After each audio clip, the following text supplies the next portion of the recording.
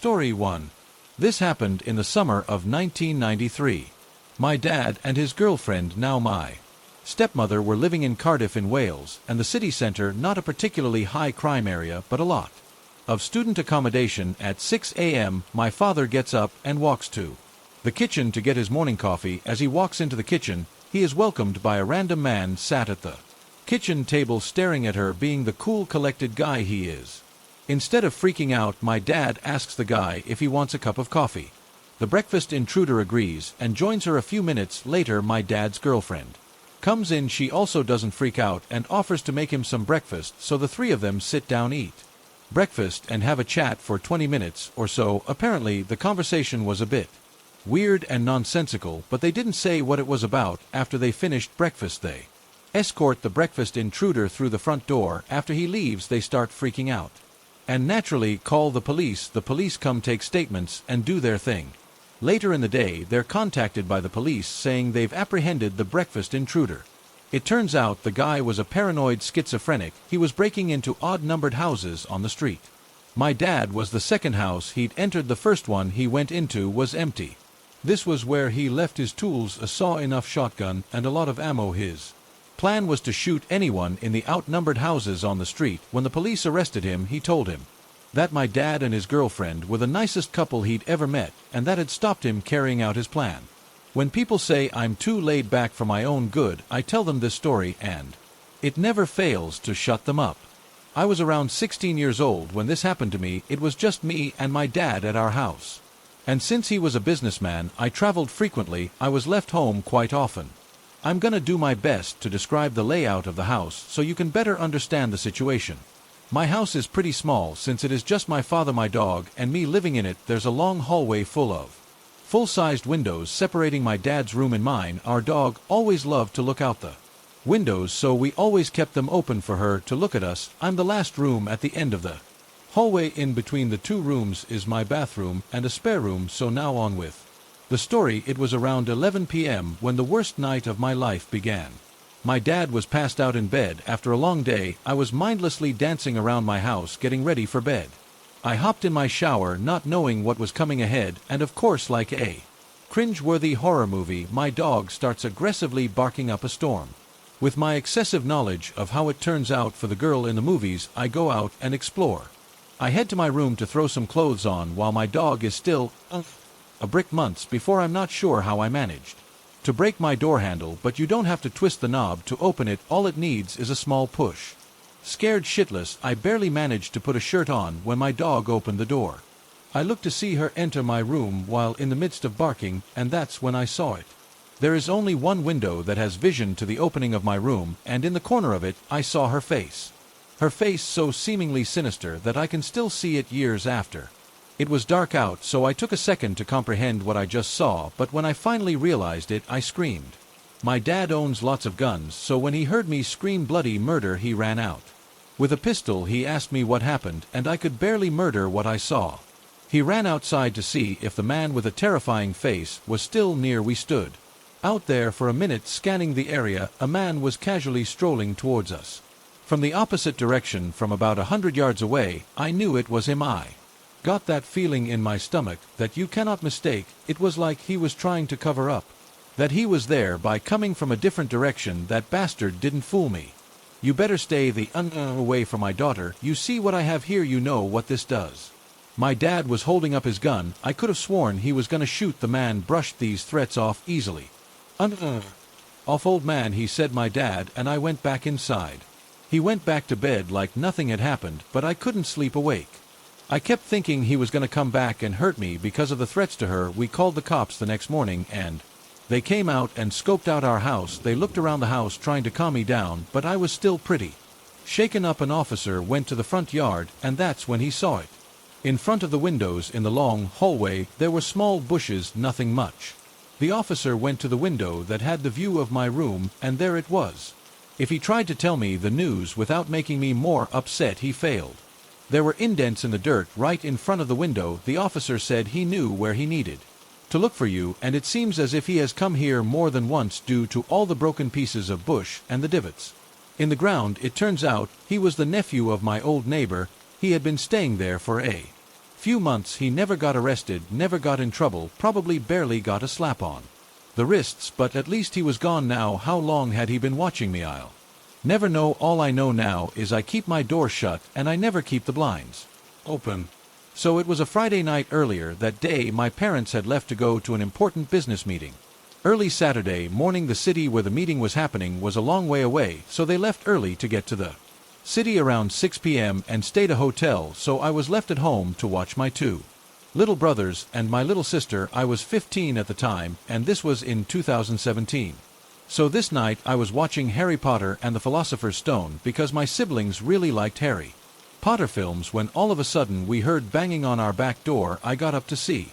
I saw one man at the back door and two men at the kitchen window. They were all wearing black hoodies. I turned all the lights off and told my siblings to get upstairs. I turned off the living room light and we headed upstairs. As we were doing that, another man approached the front door and started banging on it. We went upstairs and hid in my wardrobe.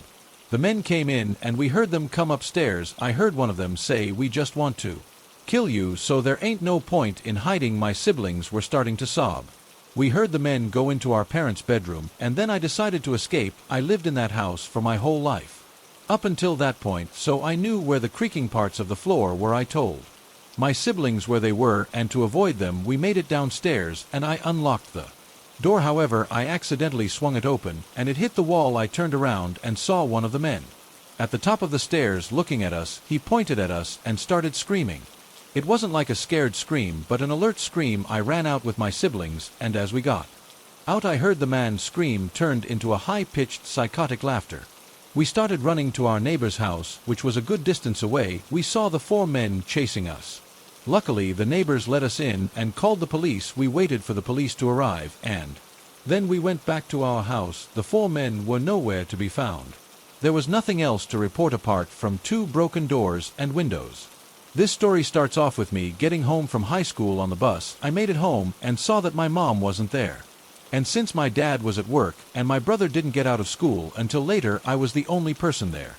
I put my backpack down and go to untie my shoes, and some guy walks out from the hallway. I go into Wacom's razor mode and assume that this is some sort of handyman and repair guy. Being as we had moved in recently, I have been getting a lot of repair work done to fix the half-assed DIY electrical, plumbing, and paint jobs left behind by the previous owner. Additionally, he was wearing some sort of tool belt and it fits the general repairman look. My mom's usually around when we have people working on the house, so I assume that my mom must not have left long ago and that she would be back soon. I nonchalantly tell the guy that my mom should be back soon, and he mumbles something like thanks, and he leaves out the front door to what I assume is a repair truck. It's at this point that I text my mom asking when she'll be back and who the guy was in the house. She asks if I'm joking, and it's only at this point that I come to realize that I was sitting on the couch talking with the guy burgling our house. At this point, the guy was long gone.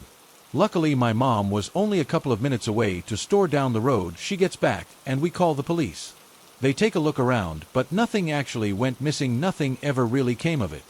I'm honestly glad it went down the way it did. I only knew what happened once it was already over. This guy put himself between me and the front door. I'm not really sure what freaked out fight or flight me would have done. I also can't imagine what the guy was thinking when I basically just let him walk out. While I was in college, my father came down to help me move into a new apartment complex. The new place was about 5 stories high, and each level had an identical layout with apartment units along indoor hallways which were accessible from an elevator to the parking garage below.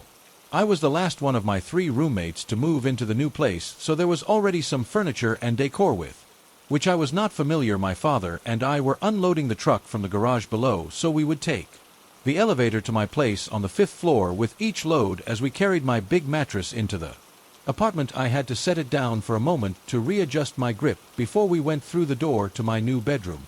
That's when I actually looked at my surroundings and thought, I don't recognize that couch, and where did the half-empty bottles of Jack Daniels on the counter come from? Right then I also remembered that nobody else was home, but I could hear the shower turning off and the man's voice timidly say hello from the bathroom. As it dawned on me that both of us were in the wrong unit, my dad just shouts, aboard, aboard. He grabs his end of the mattress and shoves me in the bed back out into the common hallway. We realized we'd gotten off on the wrong floor the unit that we had entered was a floor below my. Luckily, we made it back to my floor before the poor guy from the shower ever saw us. Fast forward a couple of months and I had kind of forgotten about this whole event. One of my roommates had gotten to know the guy in the unit below us.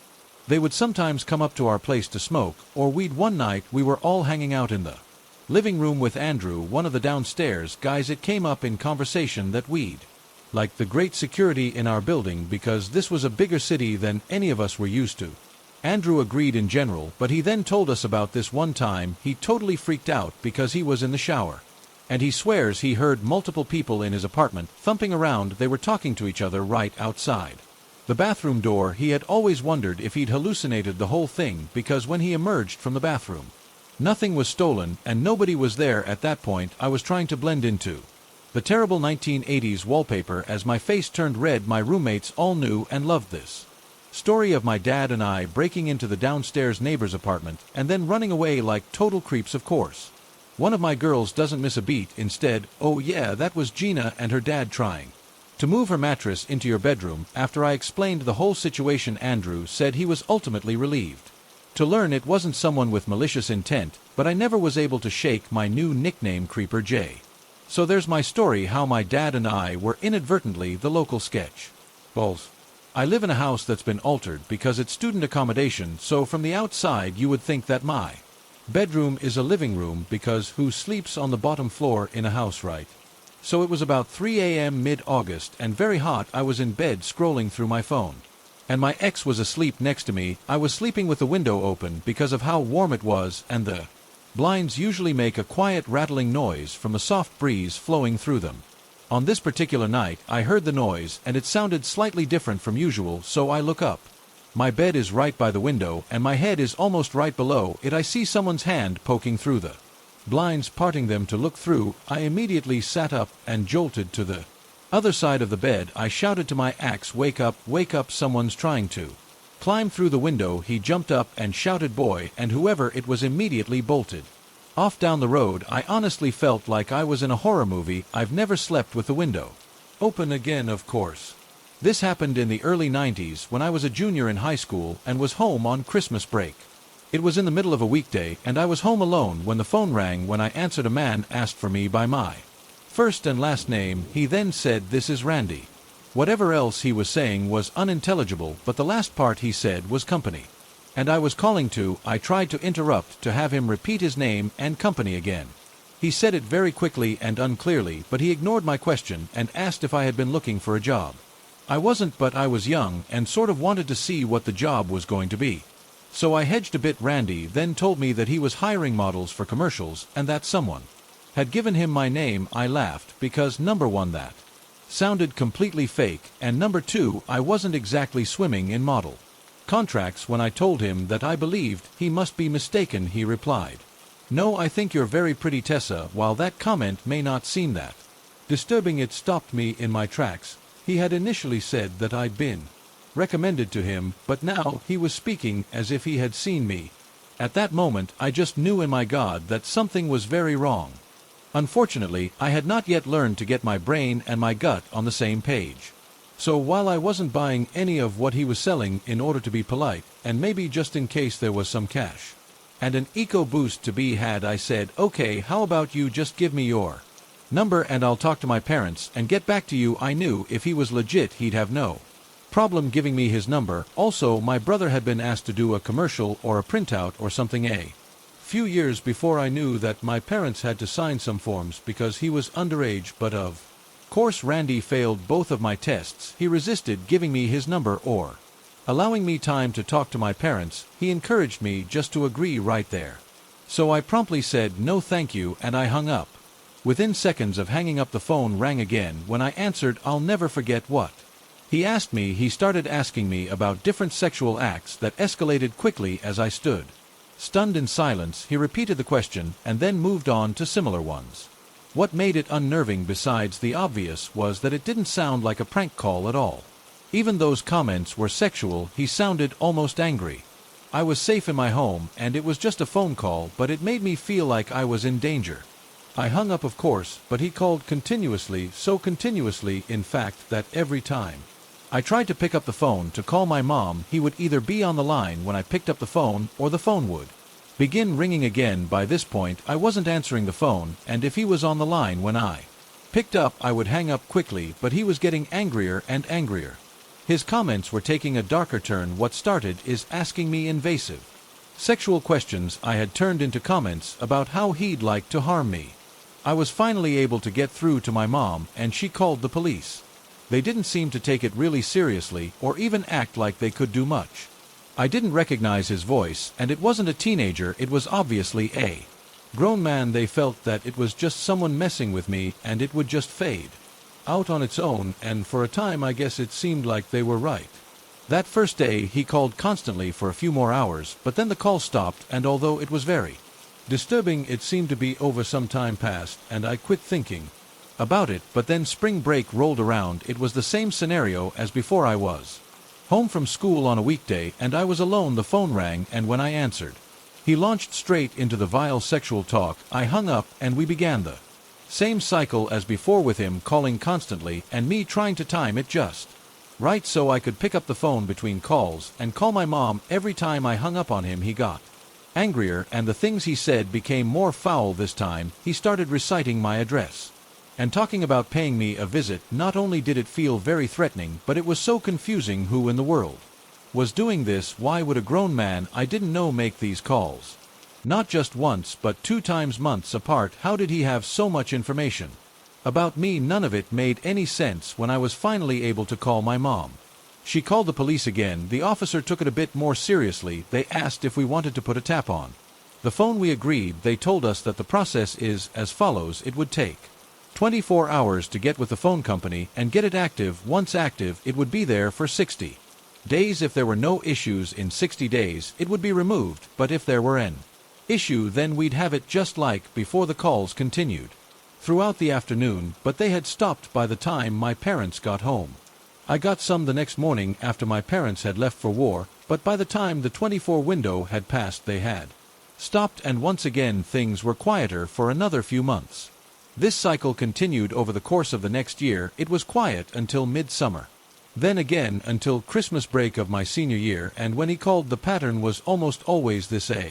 The calls usually started out with him being more polite, but as soon as I recognized his voice and hung up, they became progressively more angry and violent. They always came when I was alone and began continuing the exact moment that my mom or dad pulled into the driveway.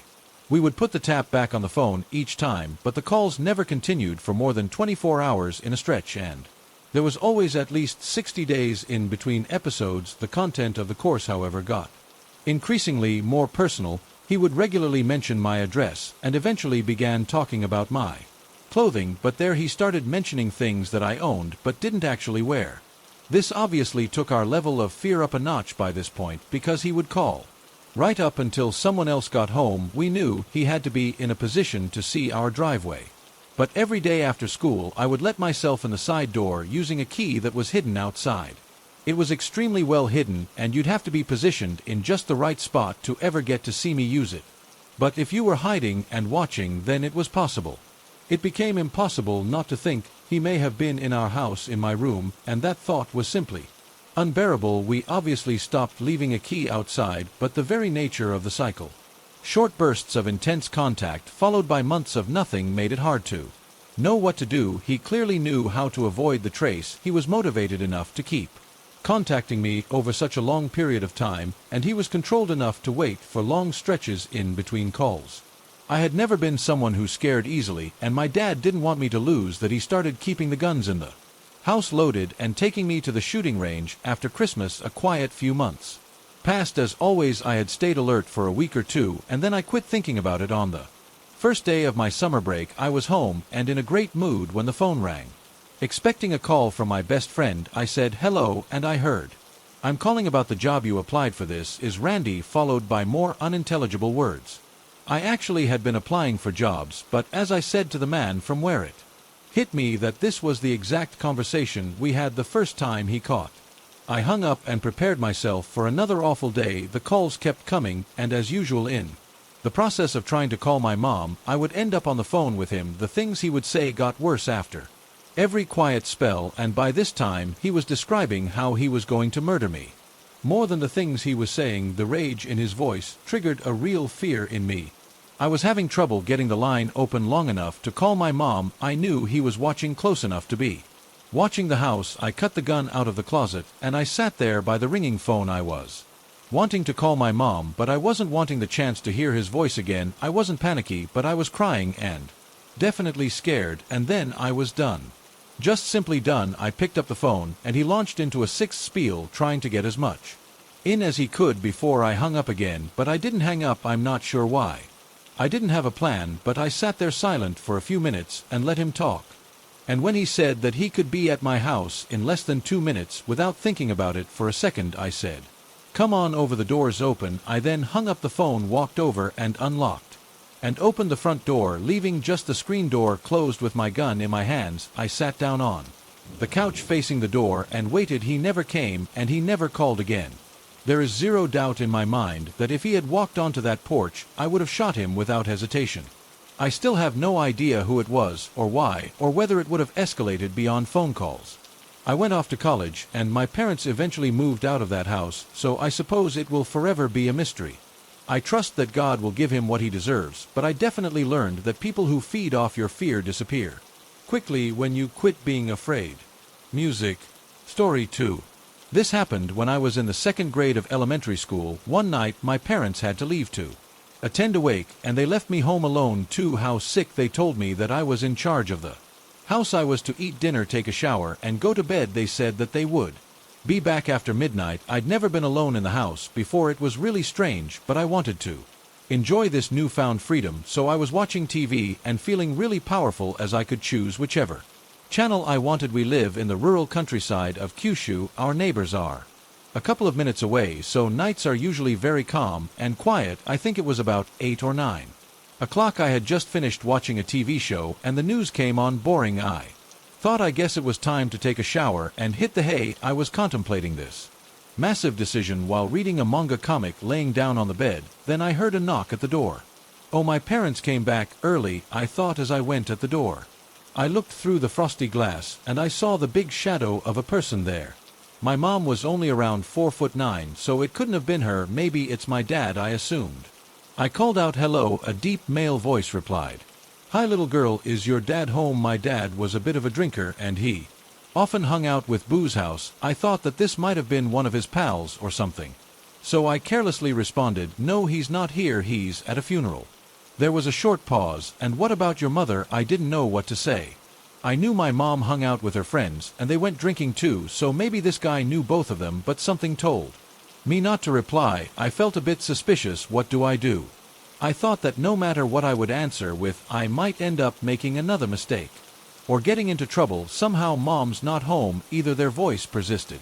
This was so strange. We never usually had people coming to the house at this time of night. This wasn't right. There was something about his voice too, and it didn't sound like the local accent. This wasn't good. I felt extremely anxious, and I couldn't bring myself to say anything in response.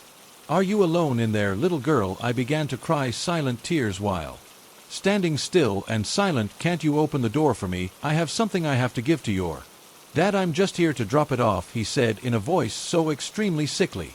The kind of voice you hear when you're trying to coax someone into doing something. I mustered up enough strength to reply, "Can you come back tomorrow?" He didn't reply. He just started to violently turn the doorknob.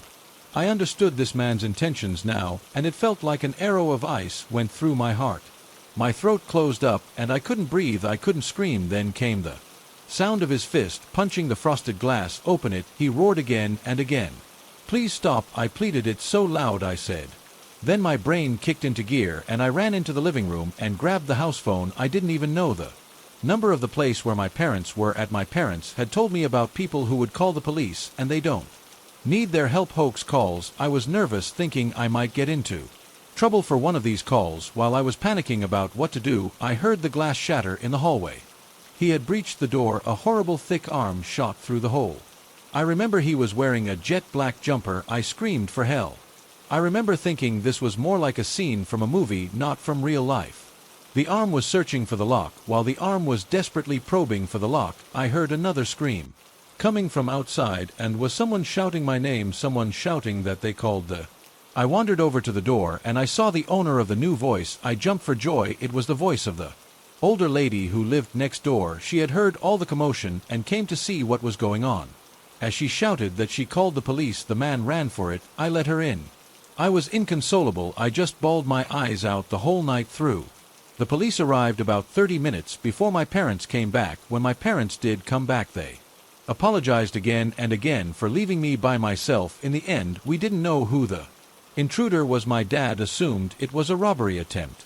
Just as a side note, our town is located along the East China Sea in Kyushu, and there are a lot of suspicious ships around the ports. In addition, my hometown is famed for many unsolved missing person cases. We never found the man, but I often replay that moment in my head over and over. Thanks to that man, I have had countless sleepless nights. I don't like to think about what might have happened to me if my neighbor hadn't been there. We've become very close with our neighbors after this, and my parents never let me house it again.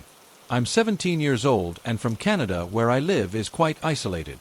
Not isolated to the point where I'm in the middle of nowhere, but there aren't many people in my town.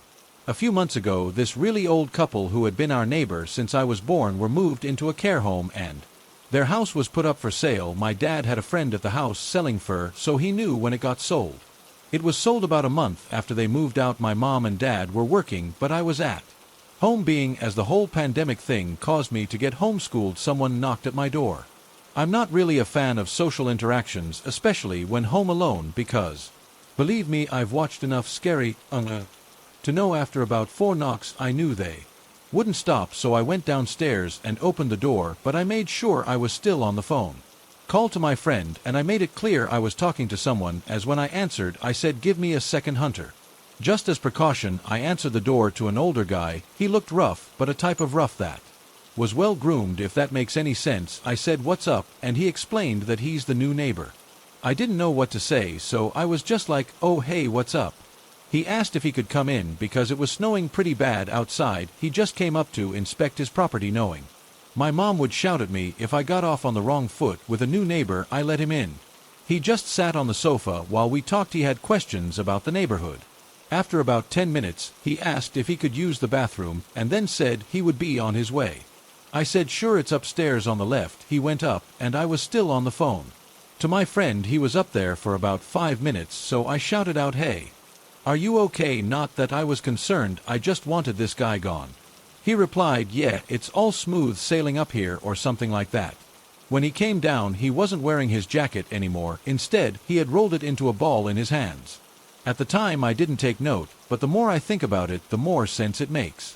I see him out and say goodbye, and that's that. I talk to my friend on FaceTime and then go upstairs to my room. Now I have OCD, so I know I'd never leave my door open. Just a bit. I think to myself, what has this guy done? As I look around, the only thing I noticed that was out of place was my drawer. The middle one was just a bit open too. I check it, and all my underwear is gone. I check my dirty laundry basket behind my door. All of my dirty underwear are gone from that too. I call my mom and ask her about the underwear and if she's done some laundry. She said no. I freak out and I call my dad and ask him about the neighbors. He says, "Oh yeah, I've spoken to the dad. British guy, lovely fella." My heart sunk as I realized I let a random guy in my house. And God knows why he wanted my underwear. I haven't seen him since, and I haven't told my parents about it, as it's pretty embarrassing. It only adds fuel to my mom's argument that I can't go to college as I'm too immature and unable to take care of myself.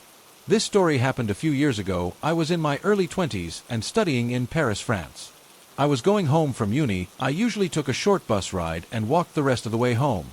That day I felt slightly uncomfortable. I could sense some guy looking at me intensely. I was used to unpleasant, unsolicited gazes, but this time his gaze felt beastly. It's hard to explain why, but I felt like prey being stalked.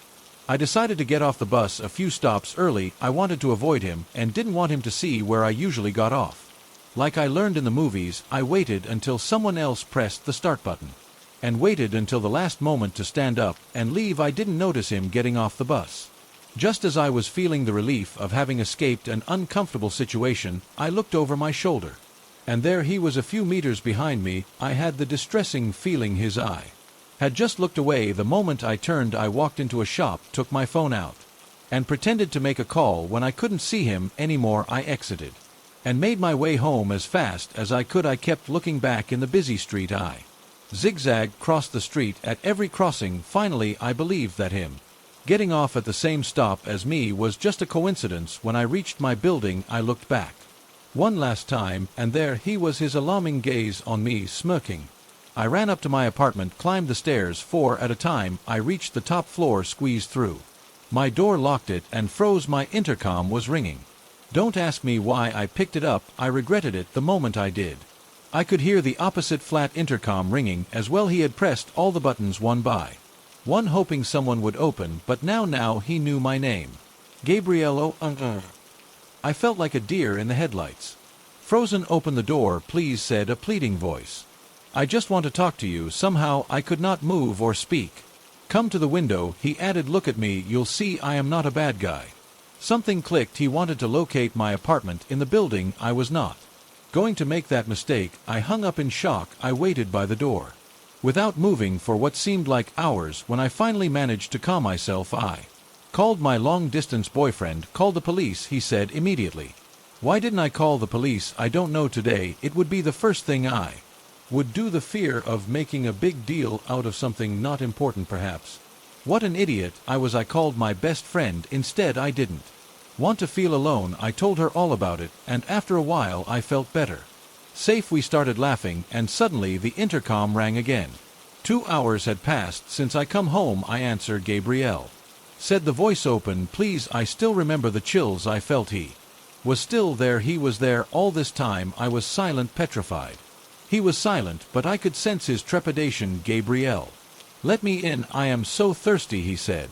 Just give me a glass of water. This broke the tension. I hunger. Curled up in a corner in the recovery position, terrified, I waited. I was scared to make a sound. I knew he couldn't hear me from the hall, but I was scared to even breathe. The intercom rang again and again. I didn't answer this time. I crawled to the sofa and fell asleep in exhaustion. I heard the intercom ring one more time. In the middle of the night, I woke up in the morning, afraid to leave my apartment. When I called my dad, who came to pick me up, there was no one in the hall, but there was a note in my mailbox. Gabriel, I am a nice guy. You should have opened to me, was written down on the note. We immediately went to the nearest police station. The police listened and, of course, told me that I should not hesitate to call them. My dad caught a locksmith to install a digicode on the building door the same day and wrote a message to each of my neighbors asking not to open the door to anyone they did not expect. He sat in the cafe in the front of my building with 2 friends every evening. For more than a week, I never saw that stalker again. After this episode, I used a different route to and from uni every day. I kept my phone tightly in my hand and looked back every few meters. Today, I am still very observing of my surroundings. I never answer the door if I'm not expecting someone. So people, if you find yourself in any kind of uncomfortable situation, call the police. Don't be an idiot like me. Be safe, everyone. For almost a few years now, end of August 2019 to be exact, I had moved into an apartment in a different city because my mother, who I lived with in my hometown, passed away from cancer. I have moved here with my long-term boyfriend and 1 other roommate. We all absolutely love it here. The location is great. It's a 15-minute bike ride from my university, and it's located at a square with a grocery store, drugstore, lunchrooms, and that kind of thing. So we have pretty much everything we could possibly need to survive within walking distance. However, after just a month or 2 of living here, someone has started to ring my doorbell at exactly 11:05 p.m. Semi-regularly, sometimes every day, sometimes every other day, sometimes there's a week in between, and sometimes there's a couple of weeks in between, but it is always around 11:05 p.m. and every single time I get no answer. Each time I ask through the intercom who it is. Except for one time, but I will get to that in a bit. At first I thought I was friends from one of the neighbors who accidentally rang the wrong doorbell, but after around the 4th time I grew suspicious, and after more than those 4 times I started noticing that it always happens at either exactly 11:05 p.m. or a couple minutes earlier or later. My boyfriend and my roommate both work at bars, so they work until very late and would usually only get home around 2 a.m., so each time it happened I was always alone at home. It started to really freak me out after a while. When I first told them about it, they kind of shrugged it off and said it was probably a wrong dial, much like I thought at first, but when I told them that it has happened so many times, and sometimes even daily, they didn't really believe me and that I was just being paranoid and spooked. However, one night when the doorbell rang again, I answered the intercom asking who it was. I heard heavy breathing. I was thoroughly spooked at that moment. I was again home alone and kept asking who they were and what they wanted. I couldn't make up from the breathing if it was a man or a woman, but I heard a strange mumbling or whispering. And then it was dead silent. They had appeared to have laughed. I put my apartment door on a double lock. After that, I was so scared and spooked out. Thankfully, my roommate got home a little earlier that night, around 30 minutes after the doorbell rang. He could tell how upset I was. Now, with the whole pandemic crisis, my roommate and boyfriend aren't able to work anymore. They now also witnessed the frequent door ringing at 11:05 p.m., so now they do believe me and agree that it's very odd and creepy. We have a balcony that looks down at where our apartment building's main front door is, but because there's a shop underneath us that always has the awning out, the view to the door is partially obscured. Every time our doorbell rang, my boyfriend and roommate would go over to the balcony to see if we could see anyone, but we never could. I've also asked my neighbors for my apartment building if their doorbell kids rang so often, but the ones that I asked all said it's never happened to them. So a few weeks ago, my roommate decided to do some investigating. He went outside her apartment building at 11 p.m. Standing across the street, he pretended to have a smoke while keeping an eye on the door. He said he did see a man who looked kind of suspicious wandering around our apartment building. He slowed his pace down significantly as soon as he approached our door, but when he spotted my roommate looking at him, he quickly walked away. We aren't completely sure if that's the door ringer, but that was very, very suspicious. Our doorbell hasn't gone off at night since that day. I am hoping that maybe it will stop now, but there is a possibility that it will continue again in a few weeks. This all happened roughly 5 years ago, but the experience has haunted me almost every single day since it's happened. I'll start off by saying that at the time I was pretty young, single, and very keen to have my first experience with a guy. I spent a while looking through dating apps, talking to a few people, until I finally came across a guy who seemed interesting. We had a lot of things in common, so I thought it would be a good idea to meet up with him since we had been talking for almost a month now. Even though I was only young, I wasn't naive or stupid. I was, and still am, a very cautious and paranoid person, but for some reason that day I made what possibly could have been one of the worst decisions of my life. I invited him to come spend the night at my place. My parents are away for the weekend, and I had the place to myself.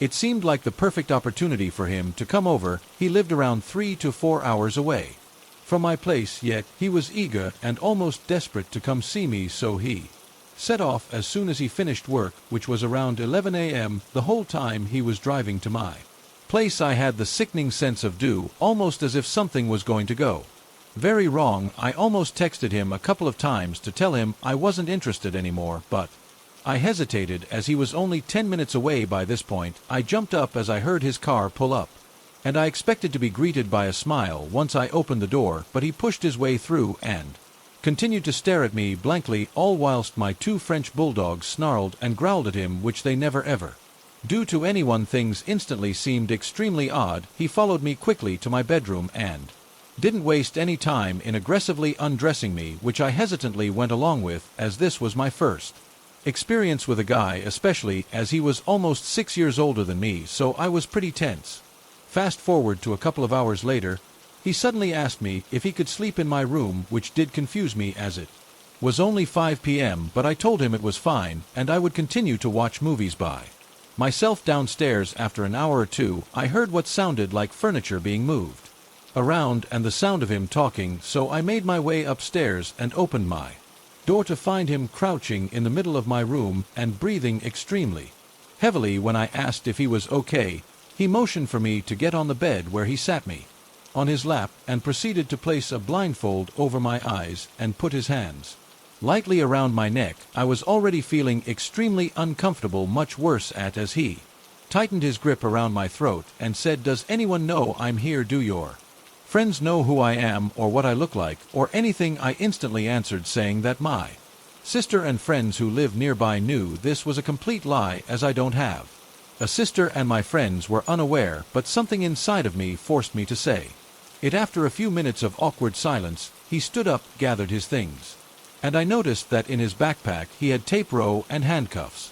Which at first didn't concern me, as I knew he was into that stuff, but I think it was intended for something much worse. All of a sudden, he said, "I think I'm gonna head home. I have a long drive, and I'm rather tired." I didn't hesitate to let him out of my front door, as I was already extremely uncomfortable. As he laughed, he failed to make any eye contact or say goodbye. He raced off down the street as soon as he got into his car. I ran back to my room to check if he'd left anything, as he left in a hurry, and I found a note on my desk with the words, "Being nice is what saved you." At the time, I had no idea what the note meant, but now that I think about it, I seriously think that he had very ill intentions toward me. I'm still angry at myself for even letting a stranger into my home, which is obviously a big mistake. I immediately blocked him on all of my social media. I'm just so lucky I made it out alive. All I know is that he's somewhere back in America. I don't really know why he was living in the UK at the time that I met her, but all I can say now is that I'm glad that he's many miles away from me. I recently just moved into a new apartment with my boyfriend. We've been living here for a few months now. I was really excited to move out because my old apartment was really old and falling apart, and I also hated my neighbors, so I was really looking forward to moving. When we first moved into the apartment, something seemed off right away from the store. It felt like someone was watching me when I was in the shower or in a room by myself, or I would hear footsteps in a room that no one was in. I didn't think much of it. I just thought it was my imagination getting to me, being that I was in a new apartment. Now I don't really believe in the paranormal, but after this incident, I'm starting to believe that we're not the only ones living here. My boyfriend was at work when this happened to me. I've been watching scary movies all day, so I was a bit scared to be in the new apartment alone. I was sitting on my bed watching a scary movie with my 2 cats. When I heard enough, I thought it was just in the movie, so I kept watching. When I heard it again, only this time it was a bit louder, I paused my show and went to go check if my boyfriend got home early, looking to see if I locked him out by accident. I went to check my front door, but he wasn't there. I went back to my room and saw that my cat Nova was looking at something. She was staring the closet with wide eyes. You should know that my cat is a very friendly cat. I'd had her for a year, and she's the most lovable cat and has never showed any aggression towards me or my boyfriend. Nova was hissing and meowing very loudly at the closet door. I was really scared after I saw her act this way. I've never seen her act like that before. I just tried to calm her down a bit and better the best I could. When I looked over at the closet, I saw it shaking as if someone was holding the door handles really tight. It was like they were shaking it up and down really fast. I was so freaked out at this point I froze because I couldn't believe what I just saw. It wasn't just me, but both my cats were acting strange. Nova was in the middle of the bed, looking around, still hissing and meowing like crazy. Her head was moving side to side almost as if someone was walking around the bed. When I told my boyfriend about this, he was a bit freaked out, and then he told me that he also felt as if someone was watching him in the shower. I never told him that I also felt that. Story 3. This encounter happened to a friend and a coworker of mine about 15 years ago in a suburb of Los Angeles, California. My friend, who we'll call Jody, lived with her parents and older brother in a house in a pretty nice neighborhood. They didn't really worry about crime or break-ins and that kind of thing. One night, though, at about 2 a.m., Jody was woken up by a loud knocking at the front door. She jumped out of bed and ran into the hallway where her parents and brother were coming out of their own rooms. The knocking, now a pounding, continued. "Stay here," her father sat, and he made his way toward the door. All of a sudden there came a muffled male voice shouting, help me, help me." Jody and her mom grabbed each other in fear, and her dad looked out to people. "There's nobody there," he said. He looked out the front window where he could see part of the front door and porch. He still didn't see anyone. He walked back towards his family when the loud knocking began again, this time even more frantic. Again a voice shouted, "Help me." Jody's dad went to the phone and while he called, talking to the operator, her brother had walked up to the front of the house. The pounding was still going on, getting faster and faster until it was a constant banging. Help me, oh God, help me." Jody, in tears of fright by now, looked over at a brother who was standing in the family room, which was located to the left of the front door. His face was white. He made an arm gesture for them to join it. Jody, her mom and dad hurried into the family room, where they immediately realized why her brother's Face had gone pale, the pounding and shouting was coming from underneath the family room floor. The police arrived minutes later, and it turned out that some guy in his 20s had gotten all out of his mind on crack. That night, he had somehow made his way into the opening of the crawl space under the house. Located underneath the family room window, they never found out exactly what his intentions were, but they assumed he was trying to find a way into the house to rob it. He then got disoriented because he was so high, and then he freaked out, hence the pounding and shouting. The story gave me goosebumps the first time she told it to me. So I don't live in the greatest area nor in the nicest apartment, so I'm always checking my surroundings when I'm out and about. Nothing crazy, I'm just being aware of what's going on around me. This being said, the other night I decided that the mountain of dirty clothes inhabiting my closet was bordering a disgusting. It was time to do one of my least favorite chores, laundry. I don't mind doing laundry itself, but the laundry room in this building always gives me the creeps. It's in the deck and dark basement of the building. You always have to grope the wall for a light switch. It would really make an excellent location for a horror film, to be honest. So I go down, throw my laundry in the machine. Everything's fine and dandy. I come back 40 minutes later to throw it in the dryer. Nothing out of the usual. Yet an hour later I go back down in the basement to collect my stuff out of the dryer. Well, when I turn on the light, the dryer door is open. My undersir is strung about all over the ground and hanging out of the dryer, and to top it all off, they were still wet. Normally I'd be like whatever, because sometimes people open dryers and just don't close them, but this really looked like someone rummaged through my stuff. Shrugging this off, I put my stuff back in, and that's when I get a sharp chill running down my back. It was so random. I genuinely felt like I wasn't alone, so I turn around back to the elevator. And all of a sudden, I hear the sound of someone frantically running up the stairs on the other side of the road. Almost as if they had been spotted. Anyway, I get all my laundry back to my apartment and notice I'm missing some stuff, but at this point I'm kind of creeped out, so I'm not in the mood to go snooping around looking for some t-shirts, so I kind of just forgot about it until a couple of days later I received an email from our landlord telling all the residents that a homeless guy not only broke into the building, but that he also performed sexual acts upon himself in the laundry room, then started a fire and went around the whole building trying to break into people's unlocked apartments.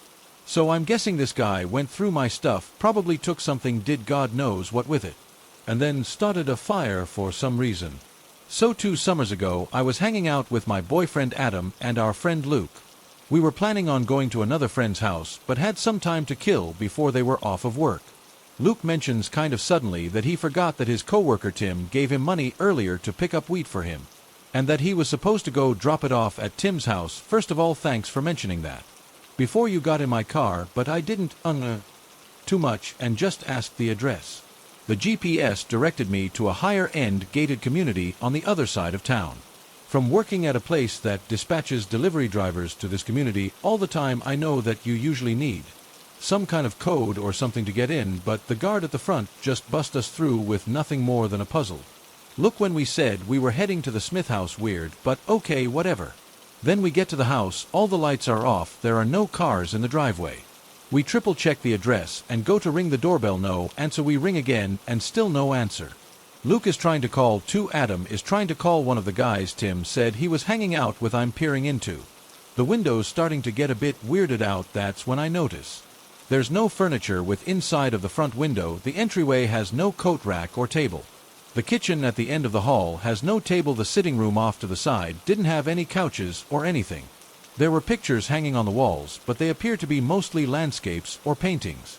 No family pictures or anything personal. By this time, both the boys announced that no one had answered their calls or messages. I say I think we should leave and that Luke can give Tammy at work the next day before I can even start my car, though Tim messages Adam, not the person he sent on this errand by the way, and he says, hey, just go around the back and come in through the basement window when you get here. What I tell them, that's the sketchiest thing I've ever heard, that we should leave, but they insist it's fine, and that's just how Tim sneaks his friends in and out of the house if he doesn't want to wake his dad up. This still makes no sense to me considering it's like 8 p.m. Neither of them actually hang out with Tim outside of work, but off we go around the house.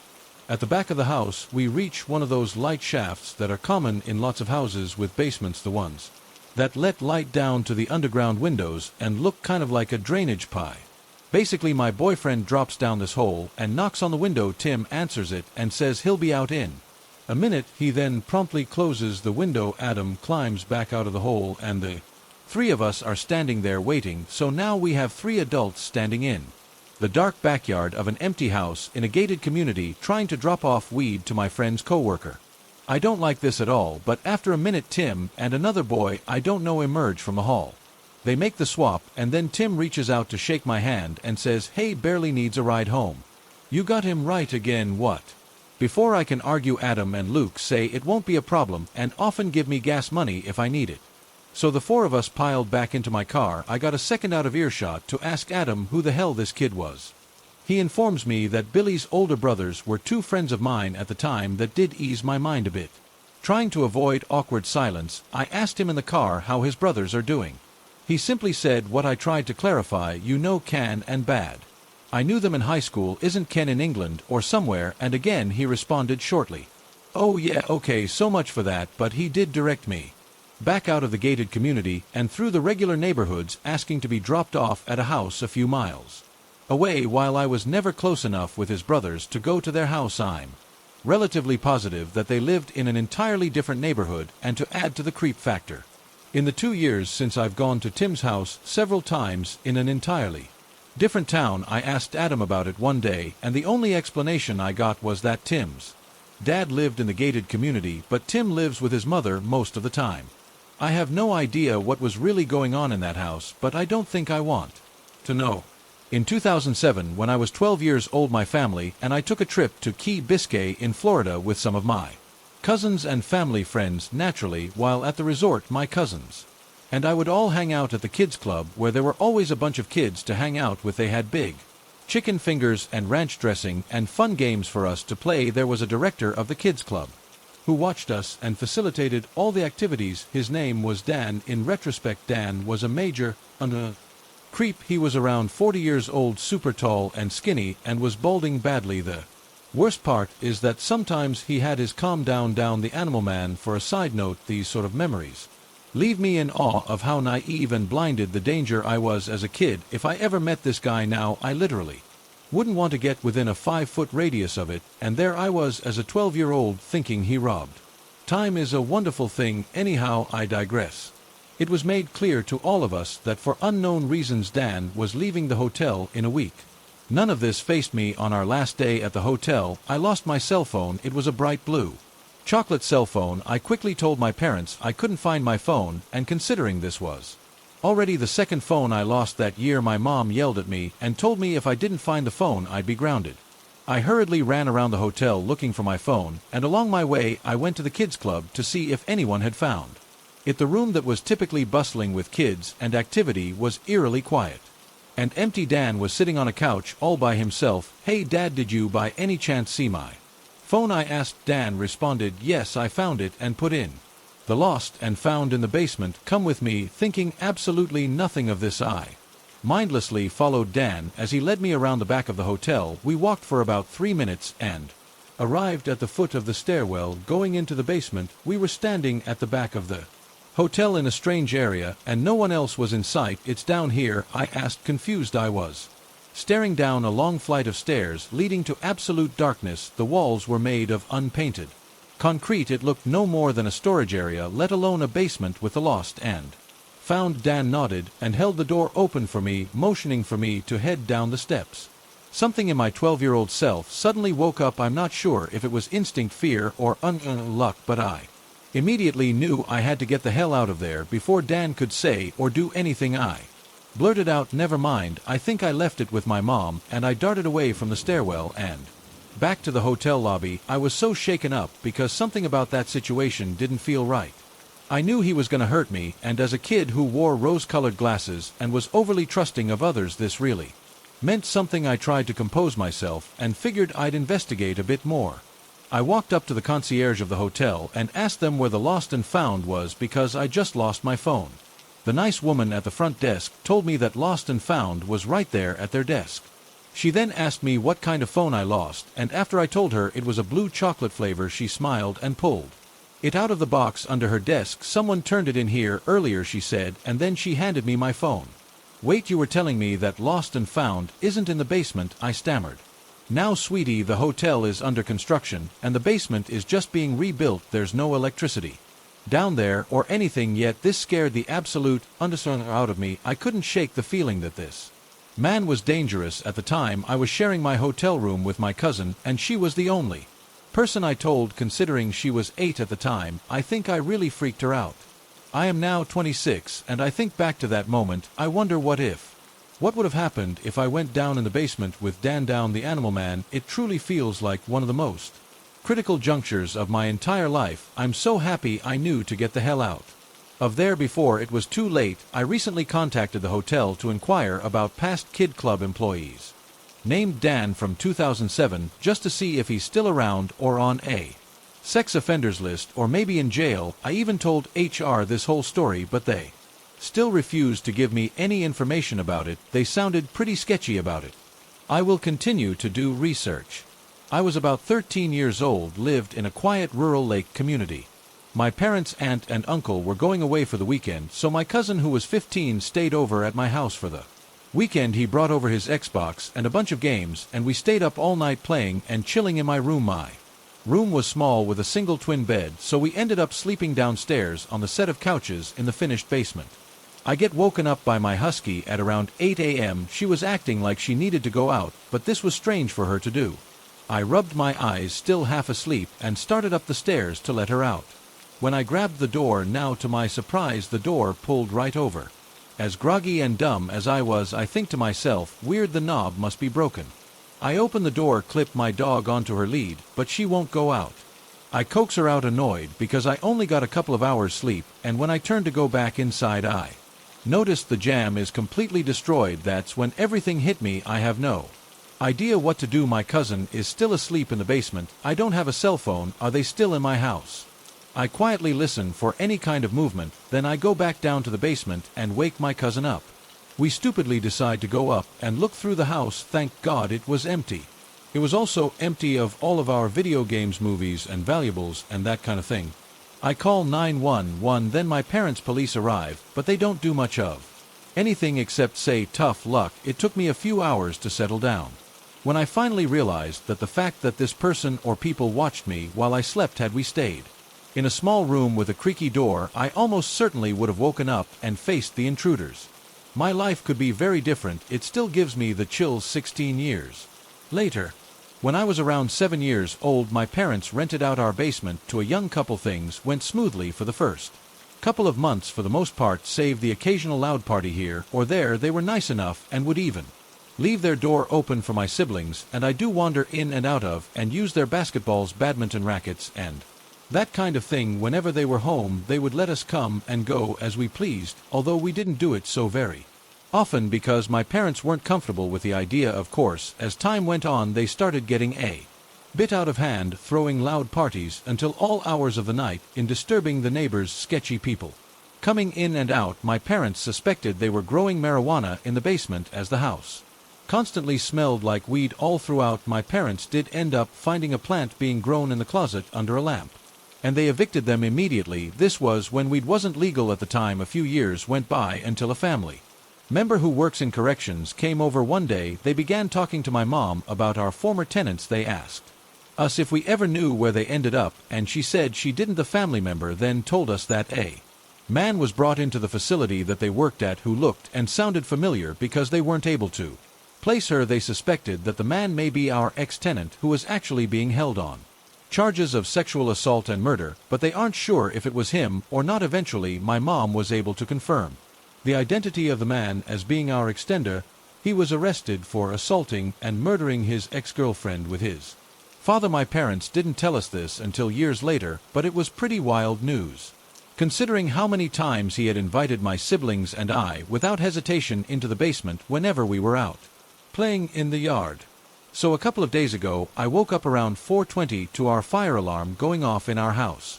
This is not a normal fire alarm either. It's a piercing, extremely loud one that even our neighbors can hear in their house 4 houses down. So I bolted awake and woke up my boyfriend to let him know as well. I went to the panel downstairs to turn it off, and I saw that it said there was smoke in the basement. Okay, no big deal. It's happened once before, and it was mostly just a false alarm that time, so I put in the code to turn it off. This all took about 5 minutes because my sleep-deprived brain couldn't remember it, so I had to look it up on my phone. I know I need to check the basement to make sure everything was okay. I grabbed a kitchen knife just in case. And because I'm a slightly paranoid person, plus being startled awake already had me on edge. So there are 2 ways to get to the basement. You can go outside and go through the cellar doors and an additional locked door to get in, or take the elevator down in the house. Our landlord, whom we live with, put in the elevator when he bought it for his family that we're in wheelchairs. It's basically the size of a closet and has a small gate that you sled close for a door. So I took the elevator to the basement. I opened the gate, and when I went to open the door to the basement, I turned the knob, but it felt like someone was holding onto it on the other side, so it wouldn't turn. I immediately let go, slammed the gate to the elevator shaft, and pressed to go to the second floor where our bedroom is. When I get up there, my boyfriend saves me and asks me what's wrong. I'm literally standing there with wide eyes in my bathroom, clutching a huge knife to my chest. I told him what happened. He immediately gets up and says to stay there. Thankfully, the fire department arrived a minute later, so he and our landlord went to go talk to them. They went down to the basement, both through the elevator and through the cellar, but there was no one down there. However, our back gate was open, and we know it was closed before we had taken the trash out earlier. They didn't find anything, and the next day we went through together and made sure everything was locked. But now I'm just dealing with the fact of what could have happened if I had tried to force the door open, or if the person down there hadn't thought to grab it. I've never been great at being concise, but sharing this is helping me feel a little less anxious.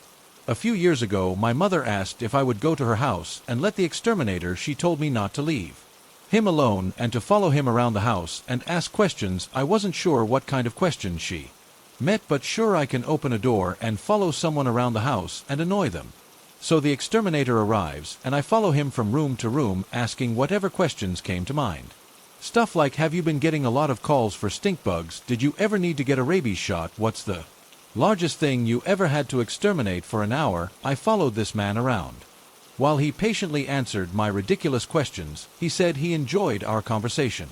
2 days later, I'm watching the news, and I see that the body of a local doctor was found bound in her basement. Her corpse was lit on fire. The very next day, the news flashes a photo of the man arrested for the murder. He looks very familiar to me, and then I get a full body chill. It turns out the doctor was having an issue with mice and called an exterminator, the same one my mother called. The day after I asked this man, what's the largest thing you ever had to exterminate, he apparently snapped. Because the doctor was rude, she asked too many questions and talked down to her.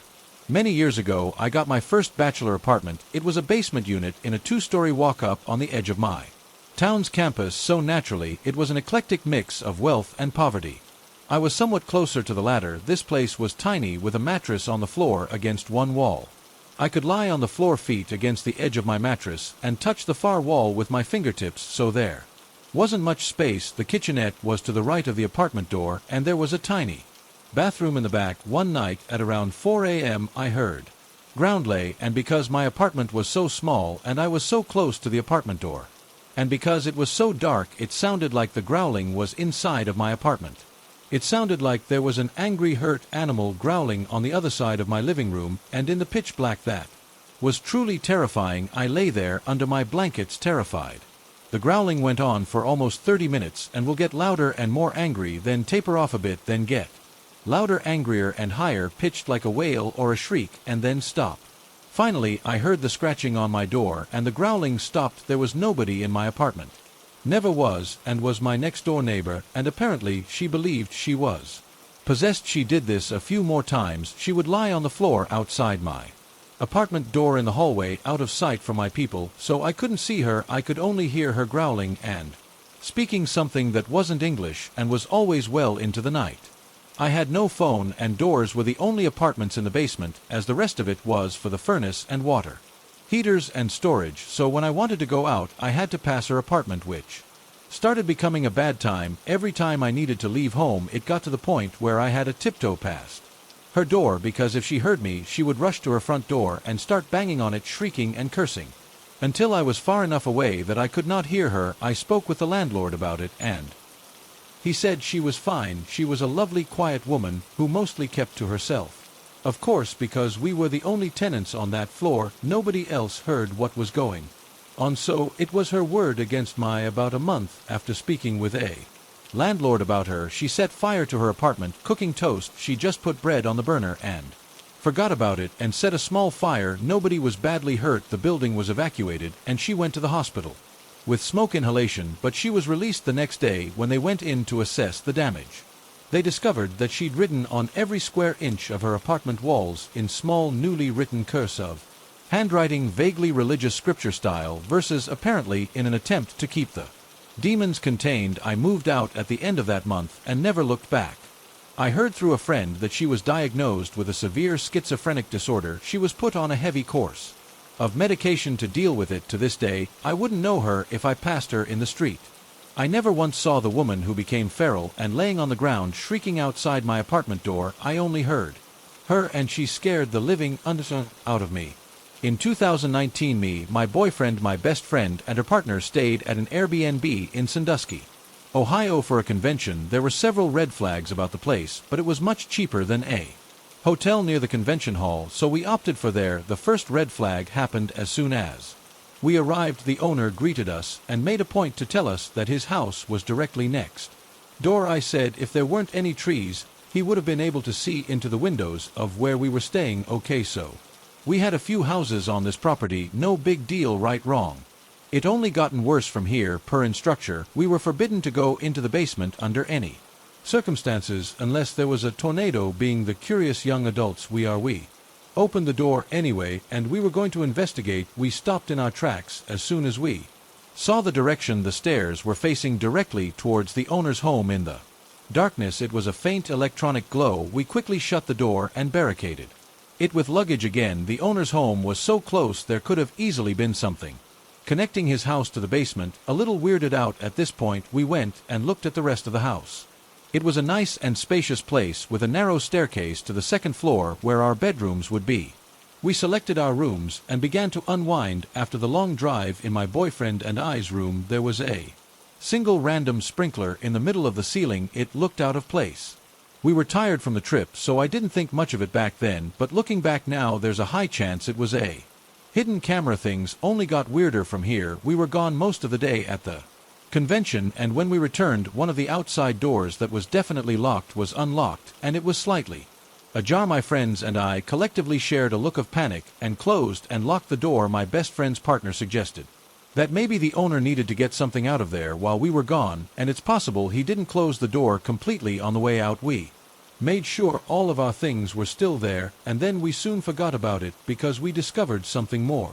Pressing the locks on both bedroom doors were now ineffective. We told ourselves that they were already like that, and we just didn't notice it, but I'm not sure if I believe that. On our second to last night, my boyfriend and I were both restless over what had been happening at the Airbnb in the day's activities, so we decided to try to find something to watch on TV to take our minds off of it. We were flipping through the channels of the TV when suddenly we came across a Windows 10 lock screen and no computer in sight.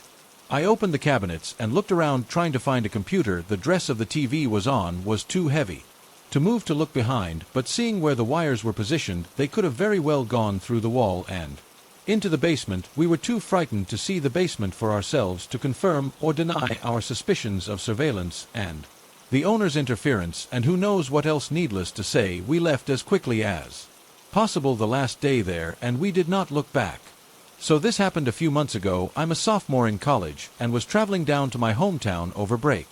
I was having some relationship issues with my stepmom, so I didn't want to stay at my dad's house the night I arrived at my hometown, so I phoned a friend of mine from high school and asked if I could stay at his place. I knew from social media that he was still in town, and I have stayed at his place before, so I knew there would be a place for me to stay if they would allow it. My friend, who we'll call Z, seemed like a pretty normal guy. We weren't best friends or anything, but we got pretty close. By the time we graduated, we would occasionally text or hang out if I was in town and catch up, reminisce on the times we spent in orchestra or an English class. When I called, he seemed extremely enthusiastic. These are normally a beat guy, but this time it seemed like he was getting a brand new car. I didn't think about it at the time. He said I could sleep in the guest room, so I headed over. When I got to his house, he was just as Excited as he was on the phone, he was bringing up stuff to do like getting high watching weird movies or playing video games. These parents weren't home, so he really wanted the opportunity to smoke. I was pretty tired from the drive, but since we rarely see each other, I thought a bit of bonding couldn't hurt. We played Smash Brothers, smoked some weed, and just chatted for hours. It was longer than I wanted, but I was having fun, so whatever. Right by the time it was getting late at around 2 a.m., he started asking some pretty weird questions like if I ever wondered what it was like to kill someone or if I thought anyone would miss me if I was gone. This along with some pretty normal questions like if I had a boyfriend or how my parents are doing or if I'm making any friends at school gave me such a weird feeling. I was confused in a moment, but it didn't hit me until after that C could be assessing me for something bad. The weirdness of it all made me just want to go to bed. We stopped the game and both went into the basement where his room and the guest room where we say good night. I go to my room and get ready for bed. I'm having trouble sleeping, just insomnia that I've had for a while, so I stay awake for around an hour until I hear some movement outside my room. The walls were pretty thin, so I could hear footsteps walking past my door and up the stairs to the main floor and back down quickly. After what struck me as odd was that I didn't hear the basement door open. It creaks when it opens. The light didn't turn on, so I was confused what Z was doing. I heard him go back to his room, but I had this odd feeling just ever since I met him this night. He seemed a lot different than he's ever been. I decided to look him up on social media and Google to see anything out of the ordinary. Everything seemed normal until I found his Tumblr.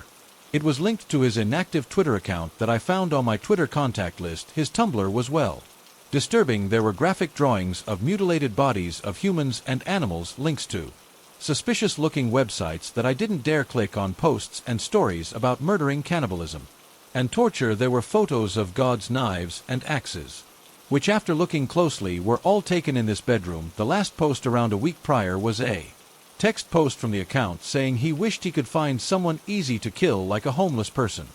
I was immediately filled with draft. I knew he was gonna do something. He must have gone up the stairs to lock the door. I packed all my things, and luckily I packed lightly. I then opened a small window at the top of the bedroom's wall. I started desperately climbing through, and as I was pulling my legs through, he opened the door. It was dark, but the streetlight illuminated enough for me to see he was carrying something long and skinny, so it was probably a knife. He didn't say anything. I didn't say anything. I just turned around, hopped in my car, and drove as fast as I could to my dad's house. I immediately blocked him everywhere and reported his Tumblr account, but not before telling the police. They said they couldn't do anything as the guns were registered under his dad, and he hasn't actually done anything yet. Nevertheless, I told my other high school friends not to hang out with Z anymore.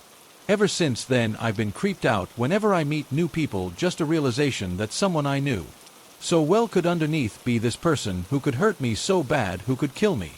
I don't know what you're doing now, Z. I'm not sure I even want to know, but I hope you're getting help. Story 4. I lived in a multi-high-rise apartment complex near Ventura, Miami, Florida during college around 2004 to 2006. I'm a female, and at the time I was 18 to 20, it was my first time living on my own in the city away from my family. These two things that happened still creep me out to this day, so here's the first thing that happened. I lived on the 14th floor in an open-concept studio apartment. It had a small balcony with a sliding glass door that would look into the main living area that was basically my living room bedroom with the galley kitchen and bathroom in the background. There was also a small hallway leading to my front door in between them and connecting the entire space. Two girls my age moved into the studio next to me. They seemed off. They always wore sunglasses, never said hi when I said hi, and just gave off a bad vibe. After a couple of months, I noticed the girls were gone. Three men around their 30s started going in and out of the apartment a lot. They also gave off very creepy vibes. Always staring in the hallway, but not speaking. It was just weird. Often I would be up all night watching Sex in the City DVDs I rented from Blockbuster while I sat on my couch working on projects for school. I would sometimes leave the vertical blinds slightly turned to allow light and just see the skyline while working. One week my mom came to visit me and was in the kitchen. She said to me, "I swear I just saw someone go onto your balcony and then jump back over." Me being a kid and just stressed about school was like, yeah, whatever, it's probably nothing. And then moved on. My mom ended up getting a piece of wood to put in the doorframe so no one could Open it from the outside. About 2 months after that, my mom and grandmother came to visit a couple of days, and they decide one night to go to a casino nearby. It's about 10 to 11 p.m. at night. I don't go because I'm working on a project for school. About 15 minutes after they leave, I hear rustling by my front door. I slowly move to check the people. As inconspicuously as possible, I see one of the crepes from next door off to the side of my door, using his right arm to hold himself on my door frame while looking downward. My heart drops, and I remember my face getting really flushed with anxiety. It felt hot as I'm standing there thinking where my phone is at and what I should do. I start to hear my sliding glass door behind me begin to move. It was locked, so it just slightly moved back and forth. As I said, I keep my blinds slightly open, but in a way where I can see the person, but they most likely couldn't see me. It was the other guy from the same apartment. At this point, it doesn't take too much to assume that they are at least trying to scare me, and at most wanting to harm me. They knew my family had left. My phone is on the couch, and I'm too scared to move towards the sliding glass door. I didn't want this person to see me get the phone. As I'm standing there, all of a sudden sheets of white computer paper start being flung under my door into the apartment hallway. They were literally playing sheets of paper, and then the door handle starts going up and down. Right now I'm in fight or flight, and I can't take flight, so I'm just waiting for the guy at the door to kick it in. My only thought was to grab this large carving knife my mom gave me for protection in situations like this. I dug down and get it from the drawer and just hide around the corner in the kitchen. I aim this knife in my hand at the same height where I assumed his jugular would be, and all I knew was as soon as the door was kicked open I would count to 2 and then start stabbing. I can still feel the tightness in my chest. I was breathing so fast and heavy, I thought it was going to black out. The next thing I hear was the elevator open. I hear my mom and grandmother talking, and then the keys start to go into the door. My mom opens it and screams because I'm standing there terrified with a knife ready to stab her.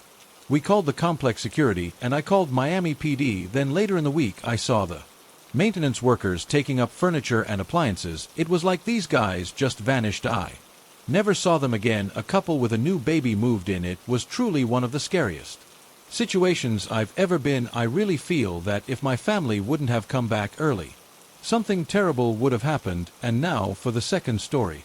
Again, I'm still in college. I would stay at labs, and such as I got near finals so often, I would have to park behind my building, but in front of the other building in the complex. Each building has a front and back entrance with a kind of driver with a concrete awning built into the building. Above it is the center windows where the elevator hallway is, so if you felt so inclined you could jump out the window and walk around on this awning.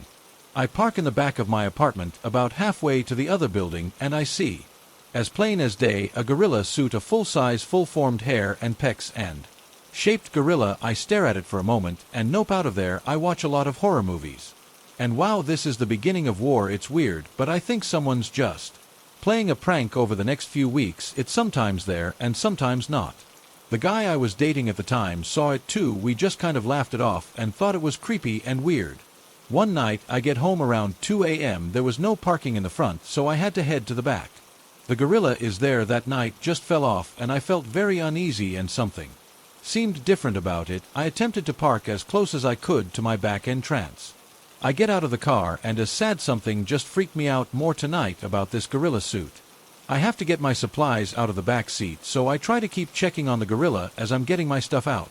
This 100 happened. God is my witness. This thing starts walking and jumps off the awning, and without missing a beat starts booking it straight towards me. I was in shock. I stood there for a beat or two thinking what's going on. I then just started running as fast as I could to my back door. I didn't even turn around. I just ran. I got inside the lobby and started slamming the elevator buttons. I can't see anything, no one's around, and I'm starting to panic and cry and free gown. Finally the elevator opens up, and like a movie I get inside and hit the closed door like 50 times, and that's it. I get into my apartment. Nothing happened. I didn't see that gorilla again. No clue what, why, or how. Needless to say, I moved out after this. Weirdest apartment I've ever lived in since. I don't know if I attract weird, sir, but I do have a lot of other stories, mostly based in paranormal or unexpected type of stuff. Thank you for listening, and be careful out there. Music. It's around 12:30 a.m. I go outside to throw the garbage, and the first thing I see is this 20-ish year-old woman facing the corner of the wall outside of the house. The only thing I see is her long black hair that's reaching her lower back. She was wearing a short black leather skirt and a sleeveless blouse. It was quite cold outside, so I was wondering if she was all right. She wasn't crying, she was not sad. She was not waiting for anyone, she was just quiet. "Hey, can I help you?" I asked. No response. "Are you waiting for someone again?" "Nothing. Are you okay?" She didn't budge or make a single noise. I wanted to tap her shoulder and get to the bottom of this, but I decided to do that after I put away the garbage. I walked around the corner, and when I came back she was gone. My porch was clear. She obviously did not pass me, so she must have gone the other way. And to be honest with you, I was just glad she was gone and nothing else happened. I go inside of my house, lay in my bed, as it is late at night, and I remembered one very important thing. The street was empty on the other side. No one was there. That meant there was only one place this woman had gone: into my house. I immediately grabbed a hunting knife that I received as a gift for my 18th birthday. I head out and search for this stranger in my home.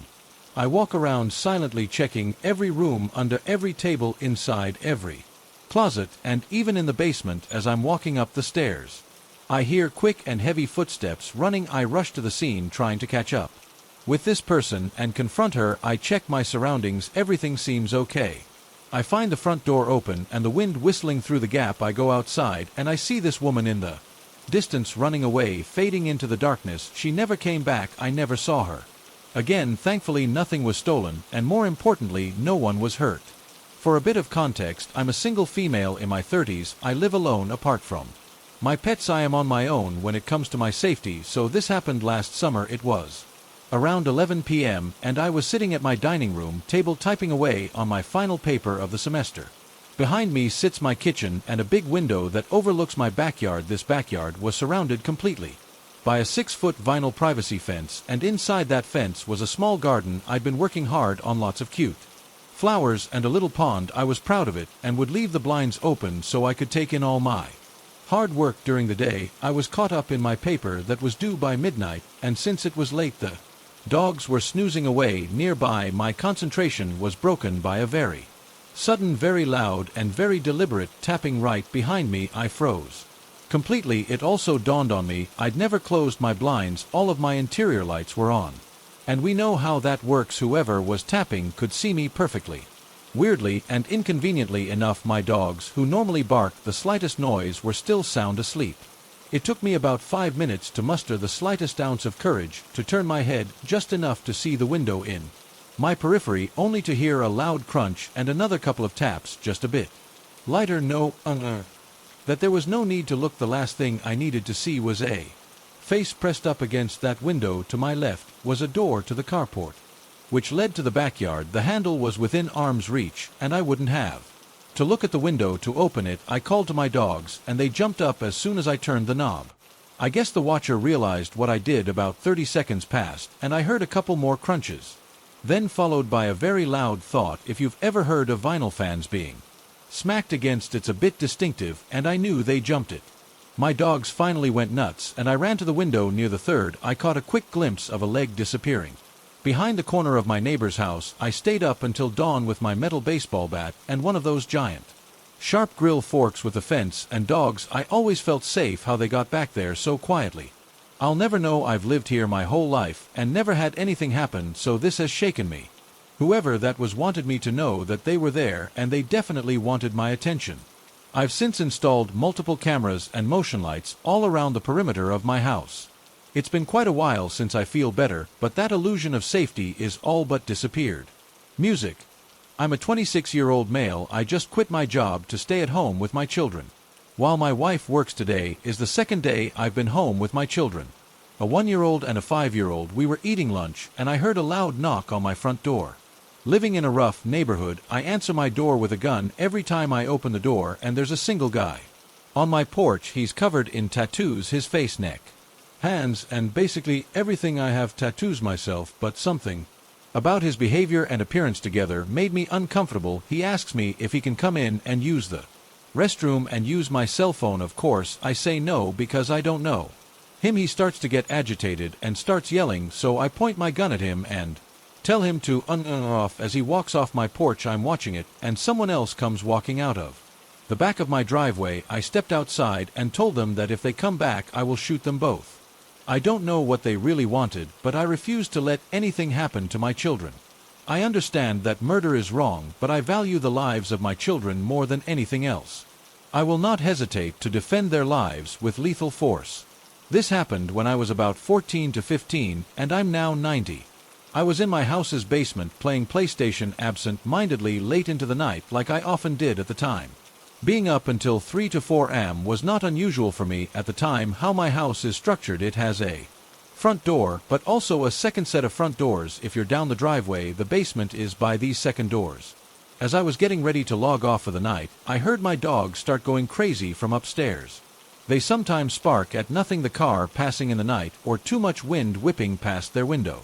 However, as someone who listened to too many scary stories, that was more than enough for me. I went upstairs and was about to go straight to my room when I caught a glimpse of movement out of a window. I looked through the window to my front yard, but I couldn't see anything. Suddenly, I heard my dad yell in a voice lower than his own, "Hey, can I help you?" This is what set me into pure adrenaline mode. I stood frozen, staring out the window as my ears strained to hear the guy's response. I still got nothing before my dad continued, "Sorry, you have the wrong house. Get off of my property." Here he comes back into the sidelight, a man wearing a white sleeveless shirt and cargo pants. I watched as he walked off our front path and onto the street and then back onto the path.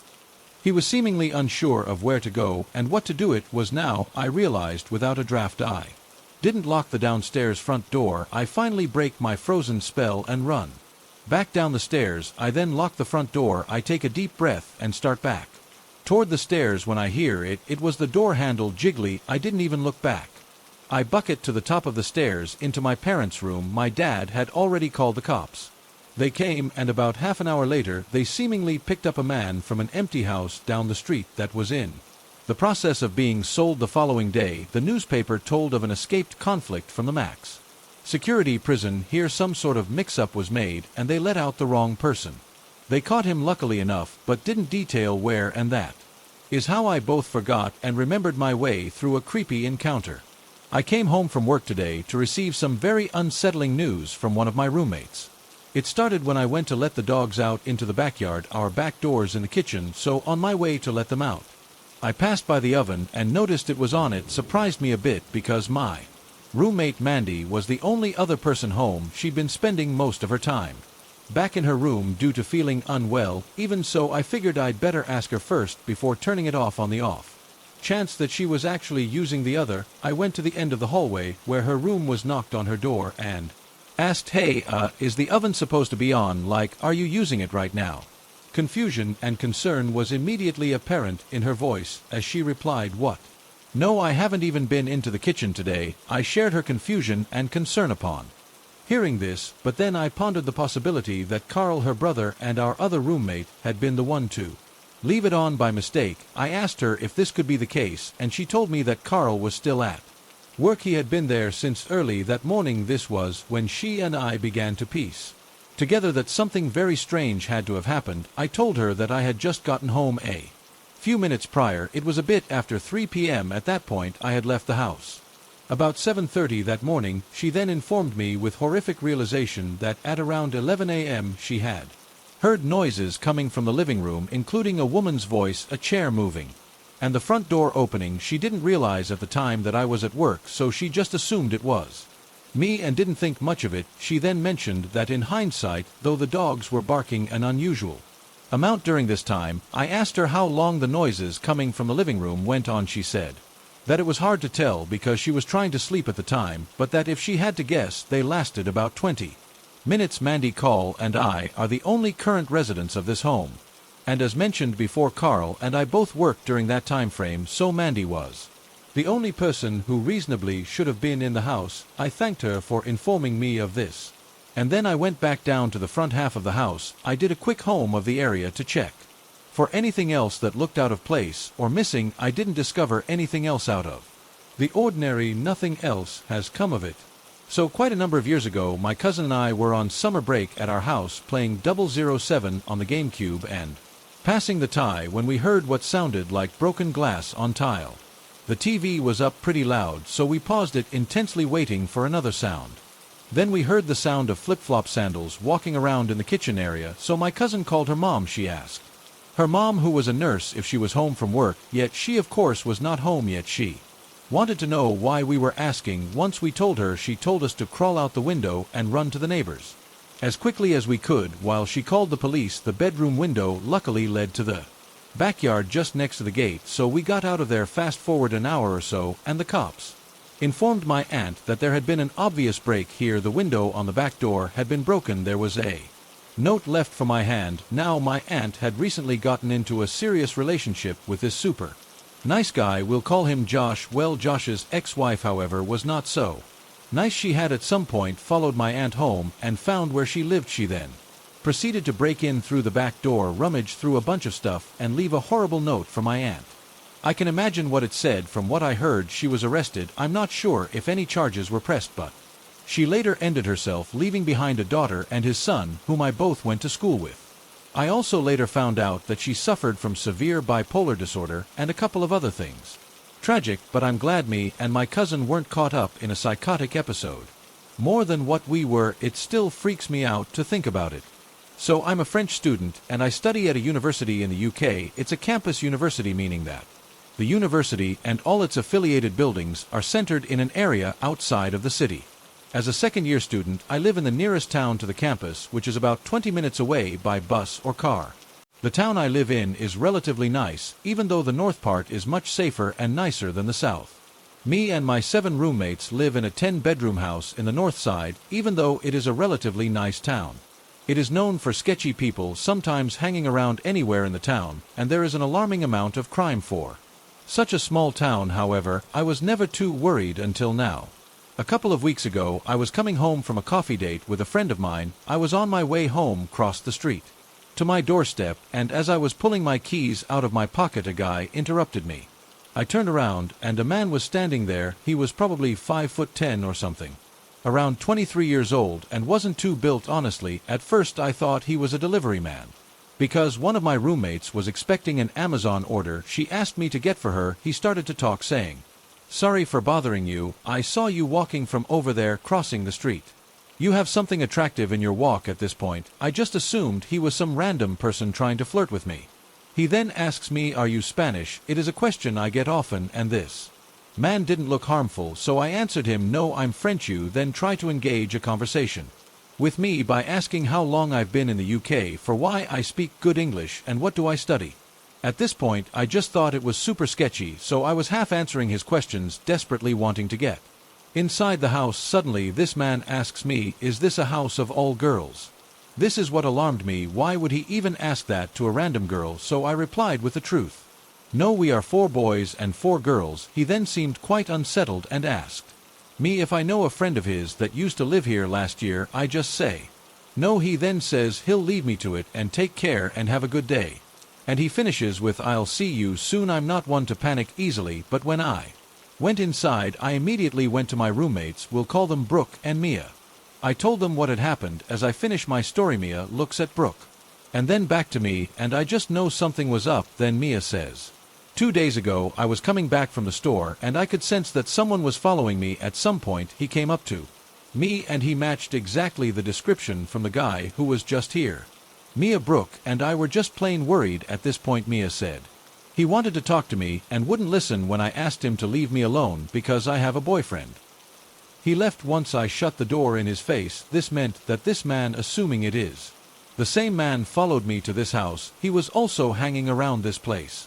When I came home, when the 4 boys came home, we told them all about it, just to make sure that if anything were to occur to us, there was a backstory. Every time I leave the house and come back now, I look around to see if the man is there. We didn't see him until a couple of days ago. We received an alert from the Students' Union saying that a young woman had disappeared in the south of the town.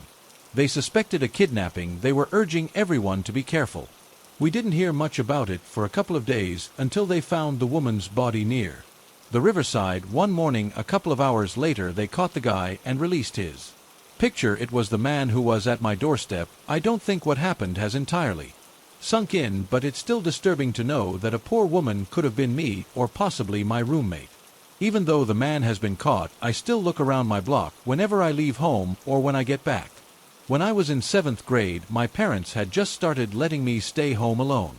Usually it was only for about an hour or so at most, so when I came down with the flu that fall I thought it would be great just to be home all day alone. My mom instantly said no because it wasn't safe for me at that age to be home alone all day. Well, 20 minutes and a good argument later, I convinced her not to call my grandma to come over and sit with me. I got given the commonplace "Don't answer the door, don't answer the phone, and don't let anyone know you're here alone" lecture, and then everyone left. In no time I gathered up my pillows and blanket, made myself a cup of tea, and got some crackers and set up camp in front of the flat screen. I then quickly dozed off, watching all the trashy daytime TV I could handle. We'd had a glass ornament with these little colored bubbles in it that would sync and tell you what temperature it was. I don't know exactly what to call it, other than some sort of thermometer. Anyways, it was hanging up on a front patio, and hearing it fall and shatter on the floor woke me up. I sat upright immediately and listened. For a minute, I started hearing scraping on the screen door around where the doorknob was, and I immediately started sweating. When the doorknob was finally opened, whoever was on the other side slammed into the wooden door, trying to break it down. After about 2 slaps, I jumped up and tried to hide behind the couch, but I got stuck. My ribs were above the couch while everything below was behind. Slam 3 and some wiggly, and I was just stuck worse. Slam for the door flew open. I was face to face with a very large man and camo pants and a jacket. We both froze for what felt like forever. But it was probably about 30 seconds. Then before I could stop myself, I began screaming bloody murder.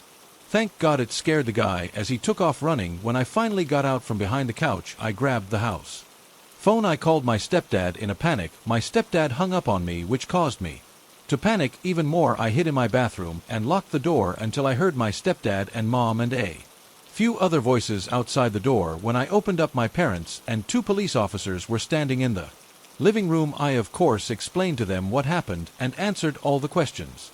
From what the cops told us, there were a few break-ins in the area, and what they think happened is the man thought nobody was home, and that's why he tried to break in. As far as I know, the police looked around the neighborhood but never found the guy, so camo man who tried to break into my house. I'm so glad we never met again.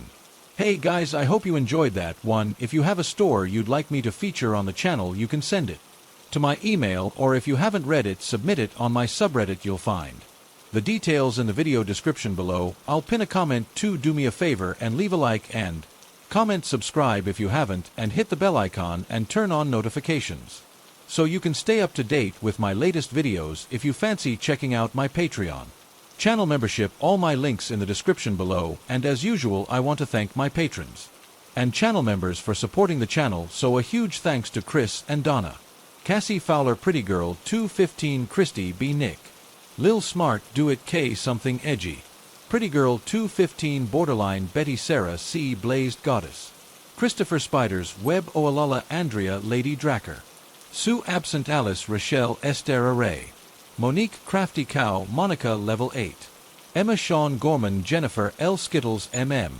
Gabrielle, Serafina, Nightingale, Jennifer C, Misanthropia, Fluby, Ryan, Brenda, Rudy, Christina, Della, Rosa, Nush, Lulu, Rogers, Fire 05, Linda, Sean, Jody, Sarah P, Kathleen, Fenton, James, Gargano, Gemma, Alan, Alex, and Courtney Maxwell. I hope you guys enjoyed that and are doing well. I'll see you in the next one. You.